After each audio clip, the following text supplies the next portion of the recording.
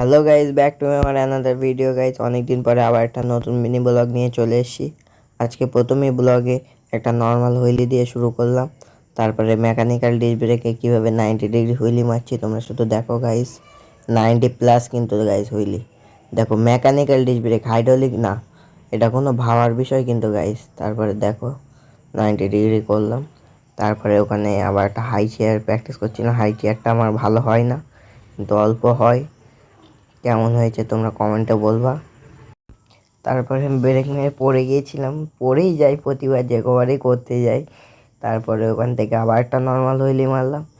তারপরে আমার সাইকেল নিয়ে একটা নতুন স্ট্যান্ড করছিলাম, স্ট্যান্ডটার নাম জানি না, তো হচ্ছিল না বলে এই আর কি মারছিলাম। তারপরে ওখানে একটা প্যাক সার্ফিং মারলাম, এটাও অল্প, ভালো পারি না, নতুন নতুন এগুলো শিখছি, নতুন স্ট্যান্ড সার্ফিং প্লাস হুইলি। তারপরে আমার সাইকেল খুব কষ্ট হয়ে গেছিলো, ওই জন্য রেখে দিয়েছিলাম। তারপর সাগর বলছিল আমার সাইকেলটা চালাবে, তাই চালাচ্ছিল।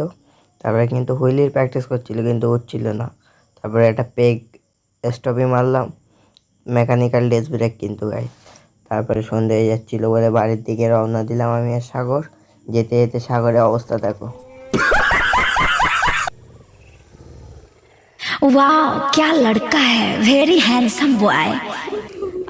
স্ট্যান্ড করতে গিয়ে কিন্তু সাইকেলের চাকা কিন্তু সাপের মতো হয়ে গেছে, একদম পুরো সাপের মতো এদিকে ওদিকে হচ্ছে, চাল হয়ে গেছে চাকা। আবার এটা কালকে ঠিক করে নিয়ে আসতে হবে গাইজ। ব্লগটা কিন্তু আজকে এখানেই শেষ করলাম। তোমরা সাবস্ক্রাইব করে দাও, লাইক করে দাও, শেয়ার করে দাও, আর একটা করে কমেন্ট করো, পাশে থাকা বেল আইকনটি বাজিয়ে দাও।